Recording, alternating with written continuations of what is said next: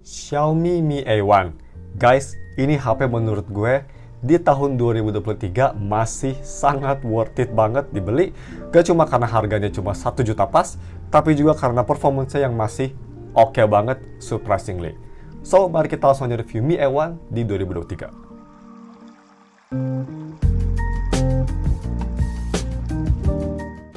Halo guys, nama gue Stefan dari StefTech, dan mari kita langsung aja review si Xiaomi Mi A1. Kita naikin dulu brightness-nya, karena ini gelap banget. So, seperti biasa, mari kita bahas dulu untuk harga dan speknya. Untuk harganya ini kalian bisa beli di harga 1 juta pas, atau even di bawah 1 juta. Itu tuh yang pakai RAM sebesar 4GB, dan internal storage 64GB. Dan yang pastinya ada ekspansi, tapi dia itu dual SIM hybrid ya. Seperti biasa, kalau misalnya kalian mau beli HP ini, gue bakal taruh linknya di deskripsi, atau kalau misalnya kalian ingin wallpaper si waifu terbaik sejagat raya ini, gue bakal taruh linknya di deskripsi juga. Oke, so untuk speknya sendiri, ini menurut gue masih cukup oke banget di harganya. Oh ya, by the way guys, gue hampir lupa, ini tuh gue unitnya X resmi ya, jadi nggak ada masalah sama sekali untuk email.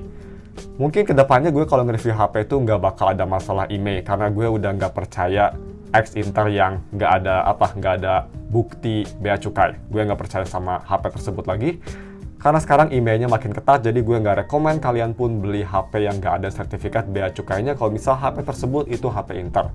Anyway, speknya kita balik lagi ke hal tersebut. Speknya dia itu pakai chipset Snapdragon 625, fabrikasi 14 nanometer, layarnya cukup besar di 5,5 inci, 16:9 aspek rasionya. Terus dia punya headphone jack yang pastinya lumayan modern juga, portnya sudah di USB Type-C, udah bisa fast charging juga. Terus dia udah ada IR blaster, cuma storage-nya masih di eMMC 5,1, dan juga dia punya baterai yang lumayan oke lah, 3000 mAh baterai. Bukan yang terbaik, tapi lumayan oke. Kenapa baterai kecil? Mari kita langsung aja ke si desain, display, dan build-nya. Pertama itu karena desain dan display-nya, dan juga dan build-nya sendiri. Untuk desainnya bisa kita lihat, desain belakang ini bener-bener ngingetin gue sama iPhone 7 ya. Yang bikin beda tuh dia ada fingerprint, logo Mi-nya, dan juga si kamera dan flash-nya tuh di switch, dirubah ya si placement-nya. Biasanya kan flash di kanan, kamera di kiri, ini dibalik. Tapi untuk desainnya sendiri menurut gue ini masih kelihatan oke banget. Desain belakang masih kelihatan keren. Malahan menurut gue lebih suka desain Mi A1 daripada iPhone 7 Plus, nggak tahu kenapa. Dan untuk bodi depan, ini memang mirip iPhone banget, cuma nggak ada home button ya. Untuk zaman sekarang, memang ini desainnya udah kelihatan cukup tua. Jidanya tebal banget, dan juga dagunya super tebal. Tapi sih menurut gue masih cukup oke. Karena untuk one-handed, walaupun ini layarnya cukup besar di 5,5, karena dia aspek rasionya yang 16:9, masih aspek rasio zaman jadul, jadi pemangkas satu tangan masih oke banget. Dan juga yang gak kalah oke-nya ini dari build-nya guys. Ini build-nya tuh di zaman dimana Xiaomi HP mid-range atau low-end sekalipun build-nya bisa premium. Ini Mi A1 build-nya tuh di tahun 2017 udah kerasa premium banget. Full aluminium bodi belakang dan frame samping, dan kaca depan udah dibuat oleh Corning Gorilla Glass 5. Jadi ya, build-nya sendiri ini memang udah sangat premium banget. Cuma memang sayangnya dia karena dari metal, jadi nggak ada NFC. Tapi ya wajar banget pada zaman tersebut juga, NFC memang kurang populer di HP murah ya, atau di HP mid-range sekalipun. Nah, terus untuk si fingerprint-nya sendiri, ini memang salah satu yang masih oke banget. Dia itu di belakang, posisi favorit gue. Kecepatan bisa kita lihat super cepat, super akurat, dan reliable. Untuk harganya ini bagus banget menurut gue. Gak ada HP baru resmi di harga segini yang punya performa dan juga punya fingerprint di harga segini. So, yang gak kalah bagusnya juga ini displaynya. Memang displaynya kelihatan jadul banget, ini kelihatan bener-bener katro banget bahasa Jawanya mah. Ini bener-bener tua banget. Apalagi kalau misalnya kalian para cloud chaser mungkin pakai HP ini kerasa minder ya, karena ini HP-nya kelihatan tua. Tapi jangan salah guys, karena ini displaynya jauh lebih baik dibanding HP entry level yang udah sampai full screen tapi displaynya jelek. Ini displaynya bener-bener bagus banget. Dia punya warna yang sangat pop untuk kelas LCD, bagus banget. View angle yang oke banget, dan juga gambar ini gak tau kenapa overall kerasa sangat clear, jernih, dan enak dilihat. Kontrasnya juga ini kerasa sangat luas dibanding IPS murahan. Ya ini memang kerasa kayak HP mid-range lah, gak kayak HP entry level menurut gue. Dan untuk si visibility di bawah sinar matahari ini memang salah satu weakness HP ini. Dia nggak bisa terang banget ya. Jadi bisa kita lihat, di kondisi itu nggak terang banget, B-roll-nya dia padahal tuh kondisinya tuh cloudy, tapi layar udah mulai kerasa gelap. tapi masih cukup usable kok. Mungkin kalau misal di sinar matahari yang terik itu bakal jadi unusable, tapi di kondisi yang tadi gue liatin, cloudy, itu masih cukup oke. Yang masih oke juga ini dari si touch-nya, karena dia pakai Android One, jadi HP ini nggak punya masalah seperti di HP-HP Xiaomi lainnya pada zaman 2017 ya. Pada zaman dulu kan Xiaomi punya masalah touch delay, terutama kalau misalnya lagi ngetik keyboard itu selalu ada masalah. Di HP ini karena dia pakai Android One, ngetik keyboard no problem at all boys, no problem at all. Sangat responsif dan enak banget. Untuk haptic memang ini kerasa kayak murahan, tapi menurut gue itu no big deal at all. Dan juga untuk speakernya, mari kita bahas audio quality-nya. So sebelum kita masuk ke speakernya, menurut gue sangat bagus banget. Ini kualitas headphone jack-nya menurut gue solid banget juga. Dia lebih ke arah balance, jadi pas gue pakai headphone, IM Moondrop 2, itu suara memang kerasa seperti suara Moondrop 2 ya. Kerasa bright, bassnya tuh flat tapi masih kerasa oke, dan juga punya vokal yang crispy banget dan jernih banget. Enak banget, cuma memang satu kelemahan dari HP ini, dia tuh amplifiernya kurang bagus sih. Sekitar volume 55-60% baru kerasa cukup keras untuk kuping gue. Ya, HP lain tuh biasanya di volume sekitar 35-40% pakai Moondrop 2 udah kerasa keras. Jadi memang ini amplifiernya kurang kuat. Tapi yang kuat banget itu dari si kualitas mono speakernya. Yap, ini speakernya mono, tapi gue bisa jamin ini untuk kelas mono jauh lebih baik dibanding HP baru zaman sekarang yang resmi di harga 1-2 jutaan sekalipun yang pakai speaker mono. Ini speaker mononya benar-benar bagus banget guys. Yang kerasa banget tuh ini kerasa bulat ya speakernya, kerasa benar-benar warm, punya vokal yang jernih tapi masih punchy, gak cempreng sama sekali, gak kayak HP murahan. Terus dia punya mid range yang cukup oke pun, separasi instrumennya bagus untuk mono, dan juga soundstage yang bagus juga untuk mono.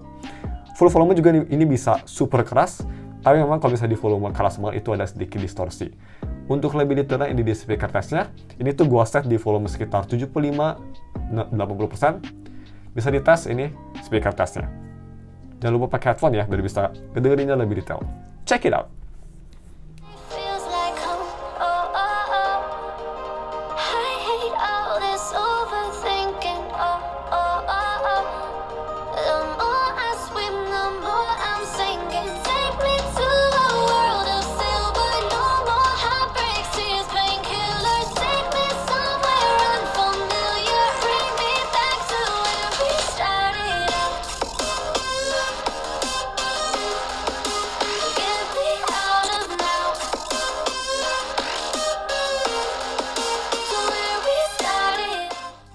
Oke, dan untuk si kamera kualitinya, ini juga menurut gue masih oke banget di tahun 2023, karena dia itu kameranya kamera belakang dual kamera, dan ini bukan kamera sampah guys, ini bukan kamera kentang-kentang. Main kameranya 12 megapiksel dan kamera keduanya ini 12 megapiksel juga telefoto. Yap, gue harap sih ini kameranya ultra wide ya, tapi telefoto menurut gue udah oke juga. At least bukan depth atau makro bullshit kamera. Dan untuk kamera depan dia itu sayangnya ini weakness HP ini hanya 5 megapiksel aja. So, kamera kualitasnya sendiri bisa kita lihat memang yang pastinya nggak bakal sebagus kayak iPhone zaman sekarang atau Samsung zaman sekarang ya. Tapi untuk harganya ini masih bagus banget, apalagi menurut gue ini kamera sangat versatile karena ada telefotonya. Dan yang gue suka juga bisa kita lihat kualitas kamera telefoto dan main kamera tuh punya temperatur warna yang nggak terlalu beda jauh guys, bisa kita lihat. Mirip-mirip kan temperatur warna, jadi masih cukup akurat, detail juga masih cukup bagus, dan dia masih punya dynamic range yang cukup oke, dan juga punya kontras yang sedikit agak gelap sih menurut gue, tapi masih acceptable. Overall gambar untuk HP harga segini masih bagus banget, masih bisa bertahan di tahun 2023. Sedangkan kamera depan ini memang kelihatan sedikit kayak HP Nokia Asia atau Nokia zaman dulu ya. Warna kelihatan sangat pudar banget, dan detailnya pastinya karena hanya 5 megapiksel kerasa soft banget ya. Tapi yang gue lumayan surprise guys, tuh bisa kita lihat kalau misalnya foto di belakang yang ada backlight terang, di belakang sinar matahari, ini kamera masih bisa nangkep subjek cukup oke. Jadi ya itu mungkin plusnya. Selain itu sih ini HP kamera selfie-nya jelek sih menurut gue, kurang bagus. Nah terus untuk video recording, HP ini bisa nge-record sampai 4K 30 atau 1080p 30. Sayangnya nggak ada 1080p 60 ya. So ini dia sampelnya pakai resolusi 4K 30 pertama, dan kedua tuh pakai 1080p 30. Kalian bisa nilai gimana kualitas stabilisasi, audio, dan juga si overall quality-nya. Menurut gue sih untuk harganya cukup oke, tapi memang kerasa over sharpen. Check it out. Oke, so ini dia video recording pakai resolusi 4K 30 fps. Bisa kalian lihat stabilisasinya. Kalau di viewfinder kelihatan sih cukup oke stabilisasinya. Kita coba fokusin. Ini kontras area terang dan area gelap. Bisa kelihatan di sini memang overblown banget di sininya, wajar banget. Tapi kalau misalnya kita ke langit sendiri cukup bagus lah. Dan ya, mari kita sekarang switch ke 1080p. Oke, so ini 1080p, kita lihat lagi gimana kalau misal di sini.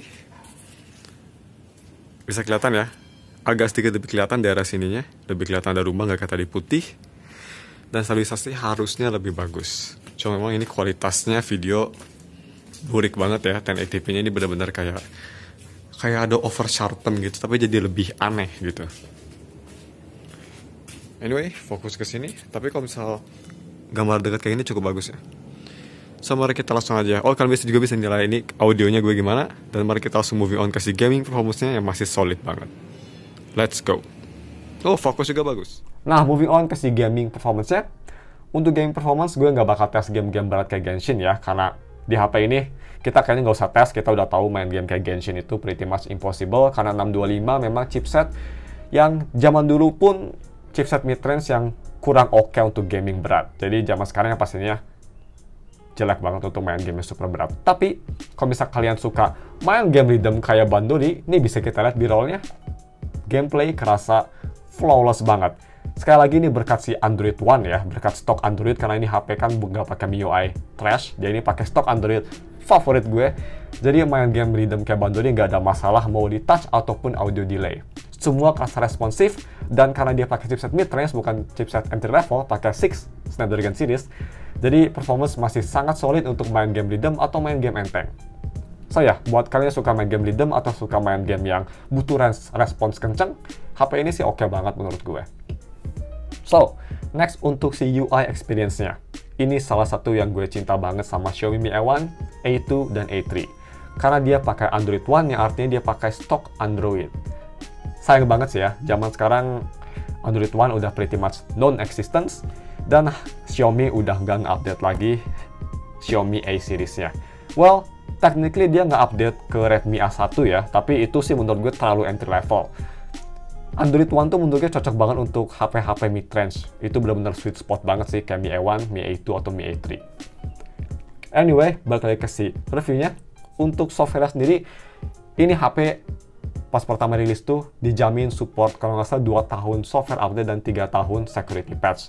Yang pada zamannya tuh HP Android memang rata-rata HP murahnya hanya 1 tahun ya. Jadi fitur-fitur kayak gitu di Android One tuh bener-bener mind-blowing banget pada zamannya. Zaman sekarang sih memang hampir semua HP Android 2, 3, sampai 4 tahun ya, kayak Samsung tuh. Insane banget. Nice Samsung. Tetap nggak sebagus Apple, tapi udah cukup oke. Xiaomi juga udah cukup bagus di update-nya sekarang.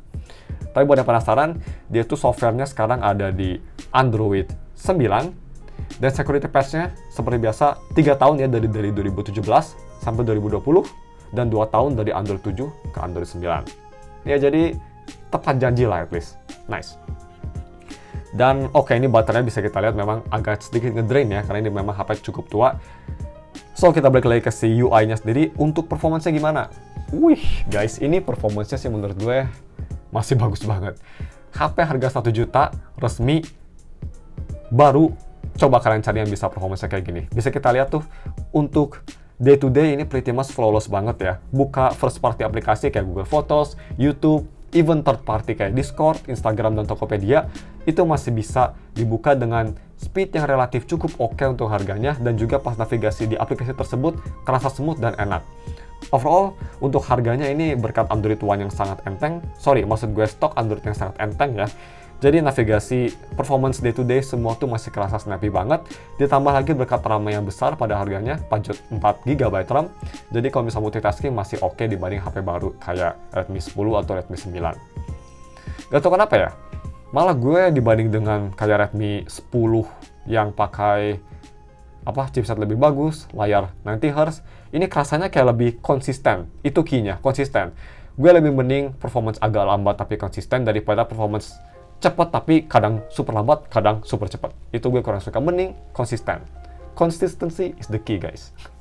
So, untuk DRM, sayangnya ini HP memang masih di Wi-Fi L3. Ini di zaman dimana Xiaomi memang agak males ya naikin security level. Sekarang sih Xiaomi pretty much sudah L1 semua. Ini resmi tapi sayangnya dia masih di Android lagi, masih di Wi-Fi L3. Sayang banget. Dan untuk sinyal yang pasti nggak ada masalah ya, seperti yang tadi di awal video, dia itu X resmi, jadi sinyal nggak bakal keblok. Pakai Telkomsel 4G nggak ada masalah, yang pasti ini bukan 5G. So, last untuk battery life-nya. Baterai memang pada zamannya pun ya, ini 3000 mAh tuh kerasa kecil banget. Dia tahun 2023, baterainya udah deteriorating, baterainya udah makin hancur. Memang cukup buruk untuk 2023, tapi surprisingly dibanding dengan iPhone ya, dibanding dengan kayak iPhone 6, 6s, 7, 8, ini baterai masih lebih bagus kok. At least dia masih bisa bertahan sekitar 3/4 hari ya, kalau misalnya pemakaian kalian enteng, hanya sosial media dan nonton YouTube aja. Untuk S20 sendiri, ini gue habis dipakai banget, habis dipakai untuk ngetes baterai, makanya baterainya tinggal 14%, udah di live support itu baterai. Kalau misalnya kita ke baterai, bisa kita lihat, last full charge itu 18 jam yang lalu, kemarin pretty much. Dan security, bukan security lagi, untuk otak gue error banget. Dan untuk screen time-nya sendiri, dia di 5 jam 17 menit. Jadi cukup bagus ya. Masih 5 jam itu menurut gue masih sekelas HP Intel kayak XZ2 Premium atau XZ3 lah. Masih nice. Memang ini salah satu kelemahan dibanding dengan HP baru ya. HP baru di harga segini, biasanya baterainya jumbo-jumbo bisa bertahan 2 hari karena chipsetnya sangat efisien. Ini memang salah satu kelemahan. Dan untuk charging speed-nya juga bisa kita lihat, di sini nih, bam, charging speed-nya. Cuma segitu aja video reviewnya. Langsung aja kita kasih konklusinya. Apakah si Xiaomi Mi A1, ini HP favorit gue pada zamannya, masih worth it dibeli di tahun 2023? Jawabannya, iya. Kalau misal kalian bisa nyari HP yang resmi, ya pastinya X garansi resmi, dan juga punya kondisi yang masih bagus kayak yang gue pakai ini. Kondisi Mi A1 yang gue beli itu ini sangat bagus banget ya, bisa kita lihat. Belakang masih cukup mulus, biasa kan ada kayak bercak putih. Bercak putih hanya di beberapa titik aja, kayak di sini, tuh kelihatan cuma ada satu dent. Di corner lain gak ada dent sama sekali. Dan layar pun dia masih relatif oke. Gak ada white spot sama sekali di putih, dan juga kalau misalnya kita matiin hanya ada sedikit scratch di tengah yang gak kelihatan di kamera. Kalau misalnya kalian bisa nyari unit seperti ini, menurut gue sih worth it banget guys. Kalau misal juga, gue hampir lupa bilang, kalau misal juga kalian gak peduli sama battery life ya, ini baterai masih bisa bertahan sehari menurut gue. Tapi kalau misal kalian butuh yang baterainya kuat banget sampai 2 hari, ini memang gue nggak rekomen. Tapi kalau misal kalian dari iPhone user sih, pengen nyari HP murah atau HP secondary sekalipun, ini HP cocok banget. Performance masih oke, navigasi masih bagus, dia pakai stok Android, terus kameranya masih oke banget buat emergency, masih ada headphone jack, speakernya bagus, udah USB Type-C, ya pretty much bagus ini HP. Satu kelemahan hanya di battery life aja. So, seperti biasa guys, kalau misalnya kalian mau beli HP ini, gue usahain gue bakal taruh link di deskripsi ya. Itu ada 2 Shopee linknya. Link pertama hanya search bar aja, jadi kalian bisa nyari sendiri. Dan link kedua tuh actual product. Tapi actual product juga gue bakal carinya kalau ada ya. Kalau nggak ada atau kalau udah habis pas kalian klik, I'm sorry. Anyway, mungkin cuma segitu aja videonya. Mungkin kalian agak sedikit sadar ya, ini videonya agak sedikit berbeda karena gue ini nggak pakai script sama sekali. Dan yang kedua ini gue coba sedikit lebih lambat ngomongnya. So, kalau misal kalian suka bisa like dan komen, atau kalau kalian ingin gue balik ke yang cepat ngomongnya jangan pakai script, bisa komen juga di bawah, bisa leave like atau dislike. Thanks for watching, we'll see you in another video.